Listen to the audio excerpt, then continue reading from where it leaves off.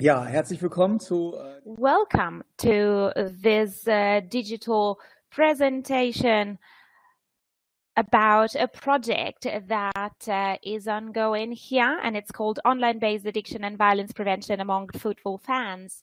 I am Deimel, and I am a professor at the Catholic University of Applied Sciences of Nordrhein-Westphalia, and I'm here together with my colleague Laura Aasteh-Roodsary. She also works at the Catholic University of Applied Sciences here, so we would like to support today's discussion and, of course, welcome any questions you might have on the topic. I believe that you are all familiar with the pictures that we see in football stadiums everywhere, in the media and on TV. You see the atmosphere of football fans that are cheering for their team, which is generally something we see in Germany. For example, there are certain choreographies that are organized and rehearsed to cheer for the teams. And obviously, there is also a flip side to this coin.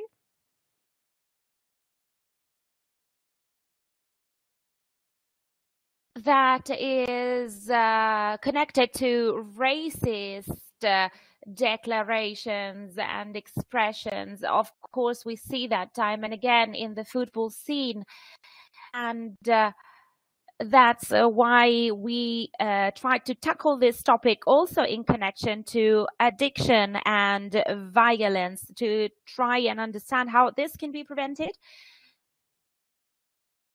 And I will touch about on that later on. So this is, first of all, the introduction that I wanted to make. What are or who are football fans? Is there just one typology? So we'll try to find some common ground considering football fans and their activities and addiction and violence. Well, there are different scenes because this is a very dynamic and heterogeneous context to analyze. So there is no single construct when we talk about football fandoms. Of course, there are different motivations for people to show up. Some fans are consumption oriented, so to speak. Others just focus on the sport itself. So these are the ones who strongly identify with the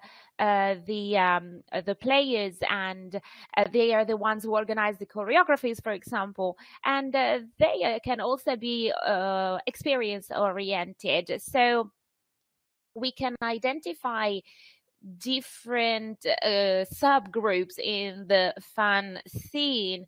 So they may be of different ages, generally males. And you can see a list of them here, the so-called hooligans and the so-called ultras. So the ultras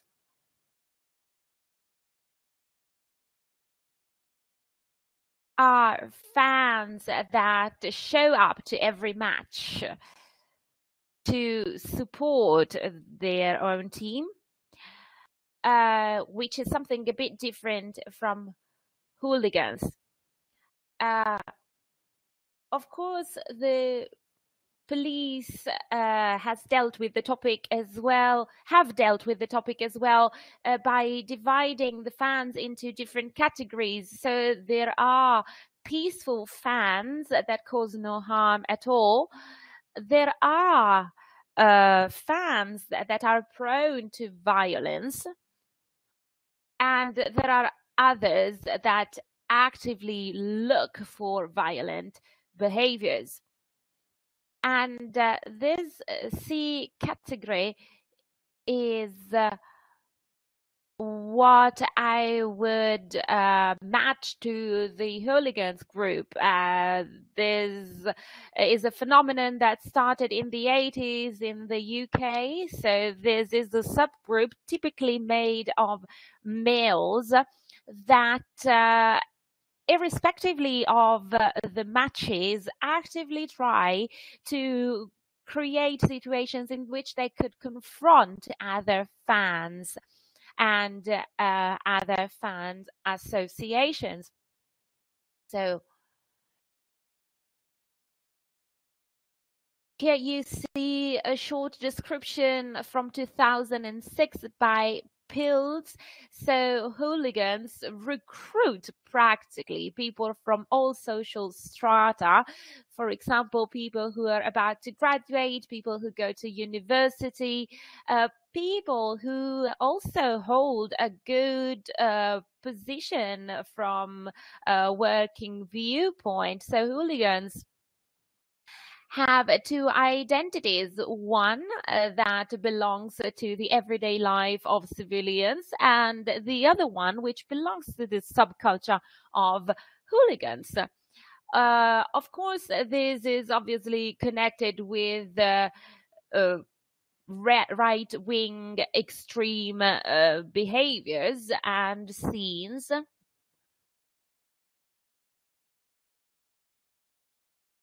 That is the reason why the police have always kept those groups in their sight to try and understand how they can prevent such violent outbursts in stadiums.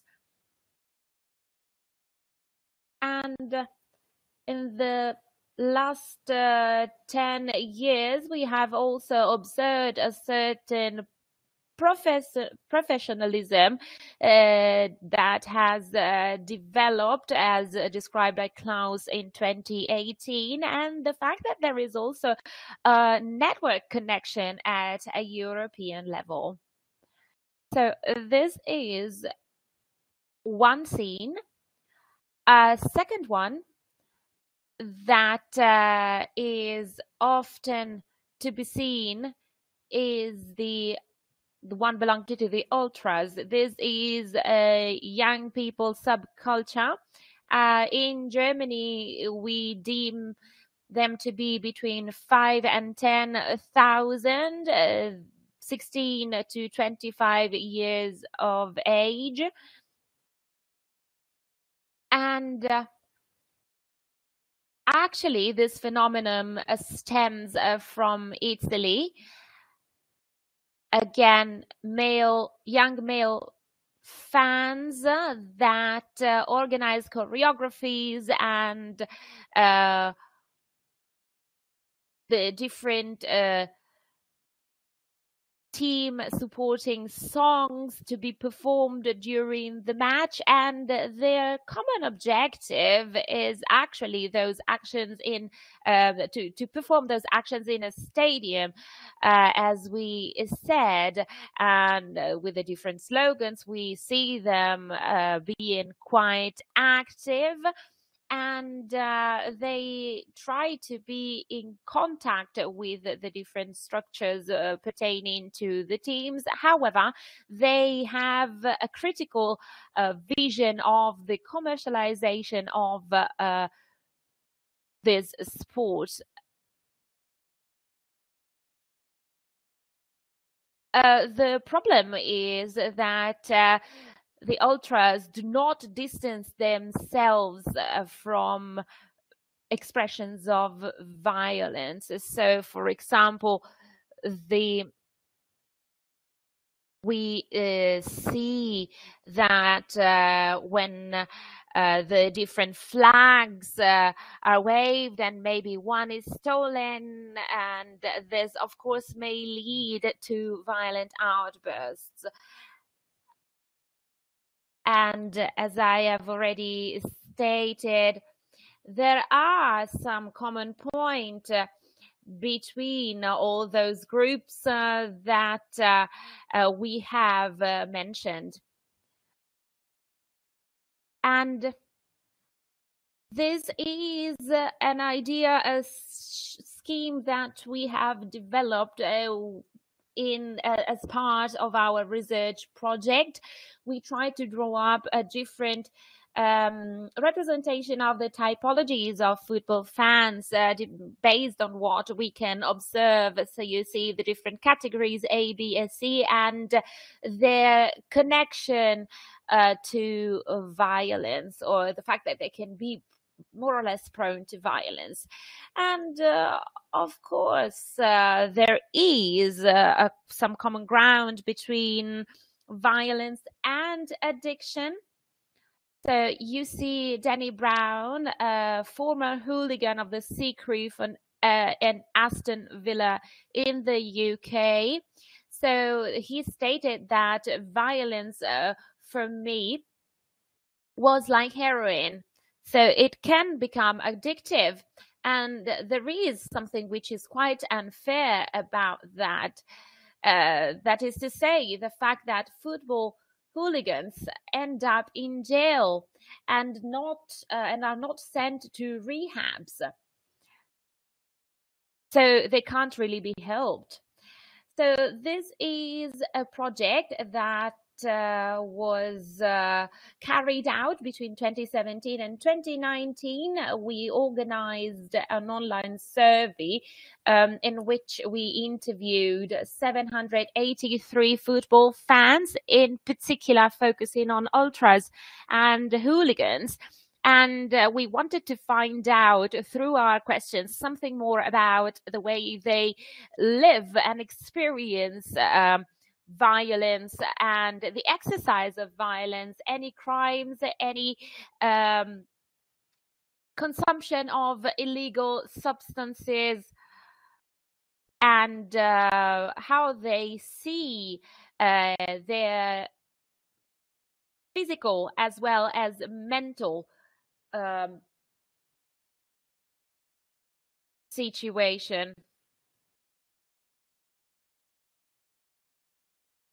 So their health. This is what we found out in this project about addiction. So you can see this first assessment of the prevalence over 30 days of consumption by football fans. You can see, for example, alcohol, nicotine, cannabis, cocaine, amphetamines, ecstasy, ketamine, steroids, and methamphetamines.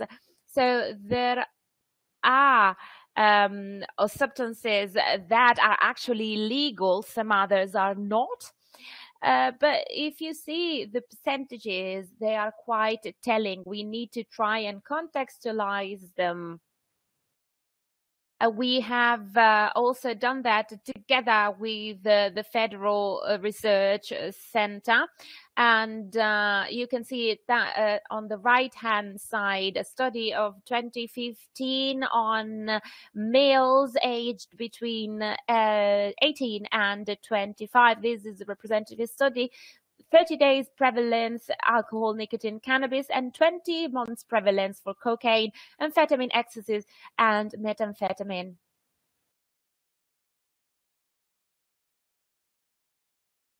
So these are, as we've already mentioned, some assessment in terms of violent events in the football context. Victims of violence, 59.5%, and 61.9%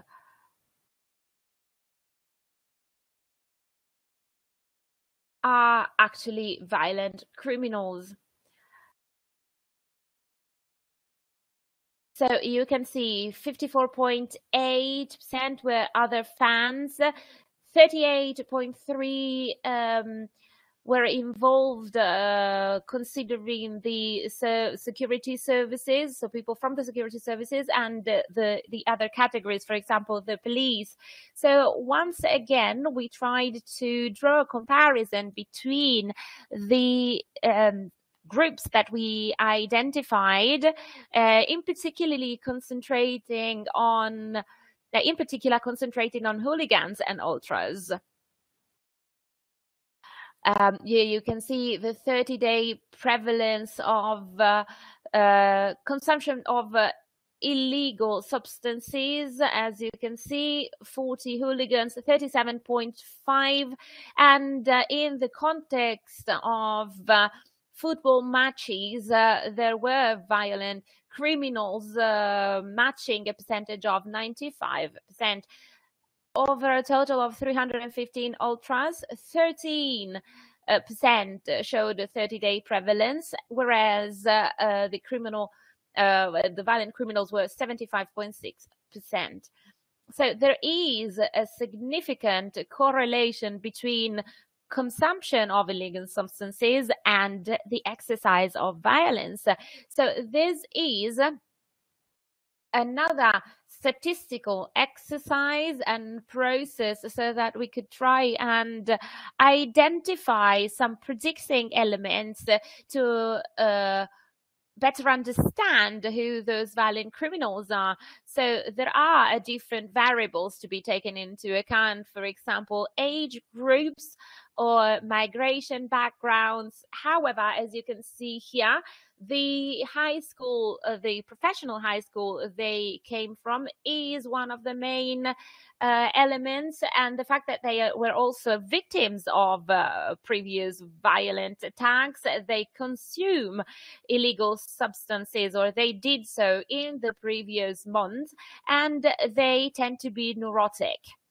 This resulted in an aggression index that you can see on the last line.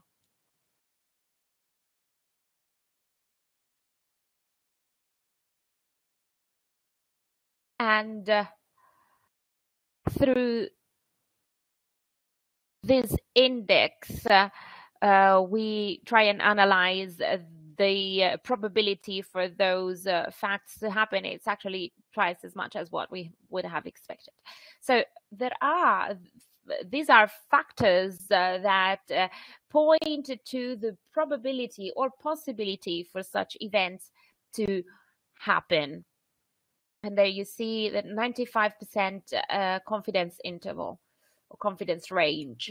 In this study, we have also analyzed the need for psychosocial help or support. As you can see, 16.1% of the participants actually showed mental issues requiring some sort of treatment. 12.8% had such a case in their family setting or with a partner. 12.8% could identify such an event on the workplace or in the school. And so this is a specific setting requiring, therefore, specific support systems. It needs to be to become the object of a tailored approach of support, so that we can avoid all sorts of repression whilst offering counselling and advice as well as support. So we have also developed a follow-up project which we defined sub-FAN, which stands for substance consumption in the football scene, to try and come up with a support scheme for football fans. And this is financed through the Ministry for Work and Social Issues of our region, which is Nordrhein-Westphalia. So here you see our partners, the institutions with which we work within this project. For example, you see a list of cities that participate. And on the map on the right-hand side, you can also see the different fan groups that decided to adhere. And in this context, we have come up with a structure within which social workers can offer their help. And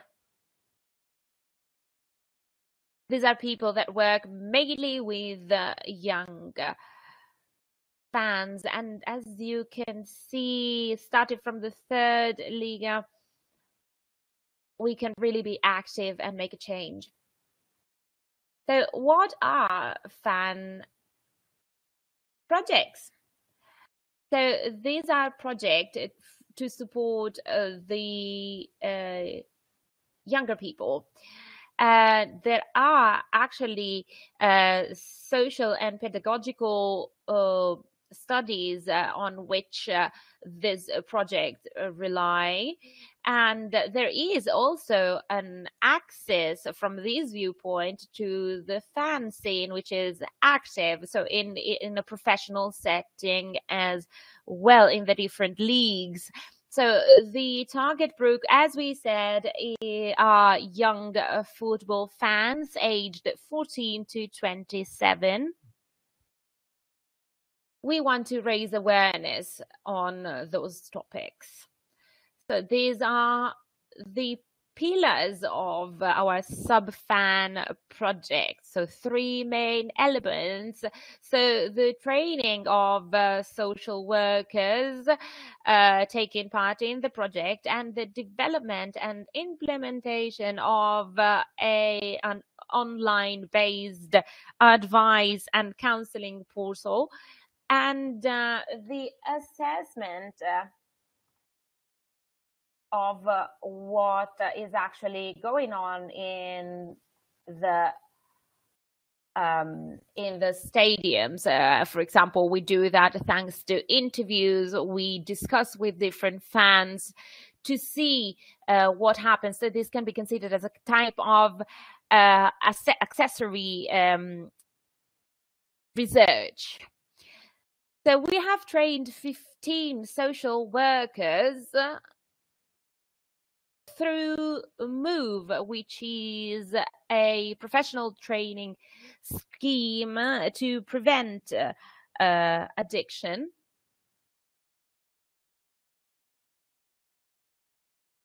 And the trainers are actually certified colleagues.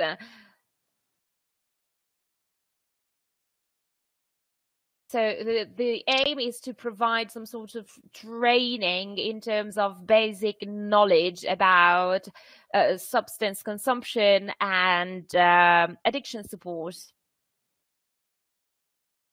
We do that at a communication level, for example, and through further support to those social workers. There is also a possibility for online advice or counseling. We organize sessions online. We send them emails, for example, so we tailor specific communication styles that should be utilized. What are the limits and the barriers to our work? What are the challenges? And we also explain what the different types and forms of online support might be, as I've already mentioned, mails, emails, and chat. So the professionals taking part are supervised on a regular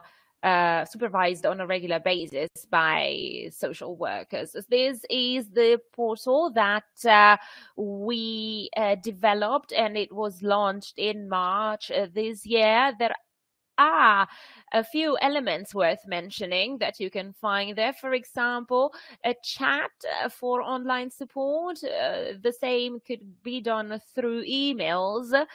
And there are also articles and other materials about substance consumption and criminal law, as well as violence-related problems and so on and so forth. But there is also the possibility to go through a search engine which is geographically structured. So this is part of our digital transformation to address fans, and within this consultative format. You can see this page, for example, with the title, "What do we offer counseling on?" So here on the right hand side, you can see knowledge. So if you click on that icon, you'll access the different materials. This is a page about the geographically referenced search engine, which I was mentioning before. So there are some offices and different formats that you can utilize: chat boxes, emails, FAQs, and you can also ask for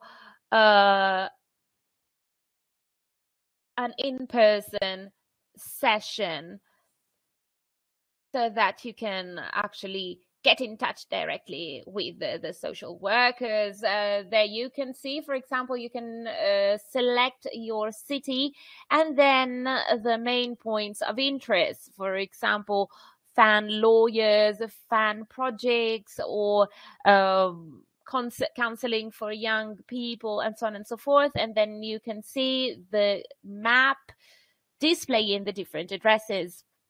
And in terms of knowledge, in the knowledge area, you are offered information and materials about fandom culture and the world those fans live in. And they are continuously updated. So, for example, this can be interesting in case of a conflict. Should they need legal advice, for example, all sorts of help and support.